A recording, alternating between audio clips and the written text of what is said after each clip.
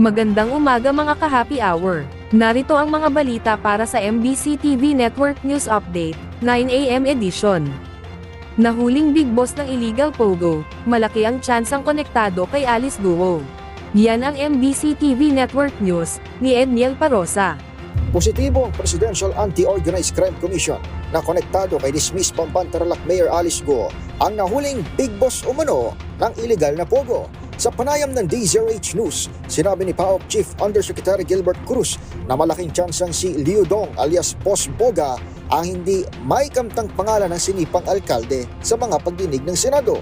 Paliwanag ni Cruz, puro kasi nasa ibang bansa ang hinihinalang katulong ni Guo Wangping kasama na umano'y business partner niyang si Wang Ziyang, co-incorporator ng Pogo sa Bamban. Pwede siya yung binabanggit doon na ayaw banggitin naman ni Alice. Kasi nga, nandito ba pare? Oo. Nandito pa siya eh. Siyempre, binabanggit niya yung mga wala na dito. Mga nasa abroad, di ba? Yes, sir. Yung mga tumulong sa kanya. Alam, sila Duan Renwu, yung pulis, pare. Sila Wang Ziyang. Sila Xianqi, pare. Yan mga nasa abroad na yan. Yan yung mga binabanggit-banggit niya, pare.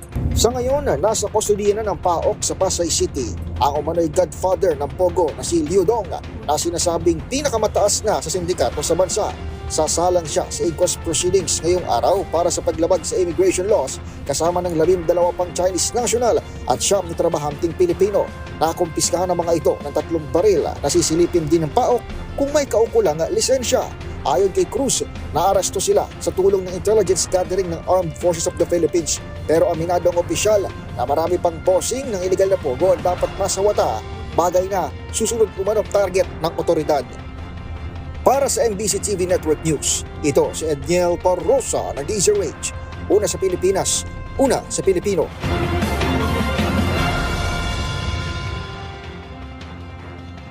Samantala, Scam Hub sa Makati City, nilusob ng NBI, 17 dayuhan, arestado. Sinalakay ng National Bureau of Investigation Cybercrime Division, ang isang gusali na nagsisilbing scam hub sa lungsod ng Makati. Isinagawa ang paglusob ng mga otoridad pasadong madaling araw ng Sabado, aabot sa 17 mga dayuhan na pinaniniwalaang sangkot sa iba't ibang scamming ang naaresto.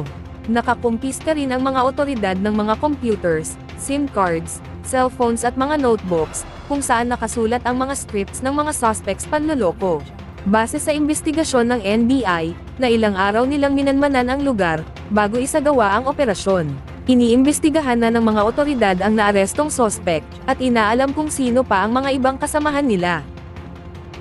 At yan ang mga balita para sa MBC TV Network News Update, 9 AM edition.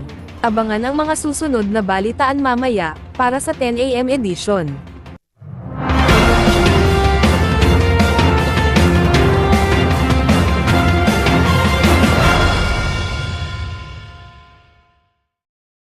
Mga ka-happy hour, kung gusto mong manood ang mga balita sa MBC TV Network News Update, mag-subscribe sa aming YouTube channel, i-like ang aming Facebook page, at i-follow sa aming TikTok account.